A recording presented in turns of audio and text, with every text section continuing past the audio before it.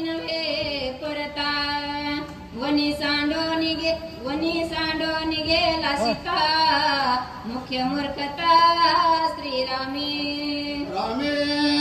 मृगाचं आणि मृगिणीचं भाषण चाललेलं आहे त्या ठिकाणी म्हणजे हरणीला बोलत आहेत आणि प्रभू रामचंद्राची सीता गेलेली आहे आणि अशा प्रकारे प्रभू रामचंद्र आणि वनामध्ये हिंडत आहेत अशा प्रकारच्या त्यांच्या कानगोष्टी प्रभू रामचंद्राने ऐकलेल्या आहेत आणि त्या लक्ष्मणाला प्रभू रामचंद्र बोलू लागलेले आहेत अशा ठिकाणी त्या ठिकाणचं रम्य वातावरण आहे आणि वसंताचं आगमन झाल्यासारखं म्हणजे त्या ठिकाणचा भास आहे असं प्रभू रामचंद्र आणि लक्ष्मण बंधूला बोलत आहे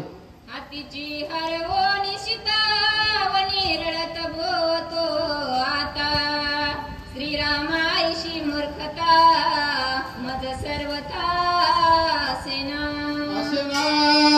मृग त्या मृगिणीला म्हणत आहे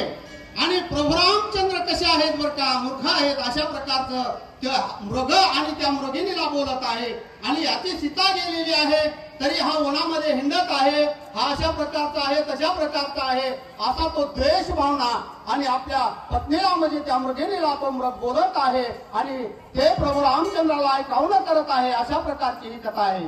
मी सांडोनी निजकांता श्रीरामाई सनवचे परता ऐशिया माझ्या निंद्य कथा मृग सांगतो मृगी पासे मृगिणीला काय सांगत आहे निंद्य कथा सांगत आहे निंदेमध्ये प्रभू रामचंद्राची अवहेळना करू लागलेला आहे तो आणि याची सीता नेली आणि हा आलाप जेथे केलेला आहे दगड धोंड कवटाळलेले आहेत झाडं कवटाळलेले असा म्हणजे निंदा अशी प्रकारची तो करू लागलेला आहे तो मृग आणि मृगिणीचा हा संवाद आहे आणि अशा प्रकारची ही कथा इथपर्यंत आलेली आहे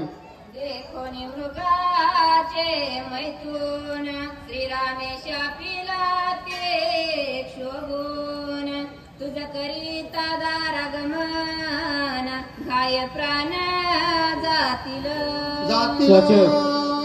काय झालं आहे प्रभू रामचंद्रानं त्या मृग आणि मृगीण त्या ठिकाणी रममान जेथे झालेले आहे त्या वनामध्ये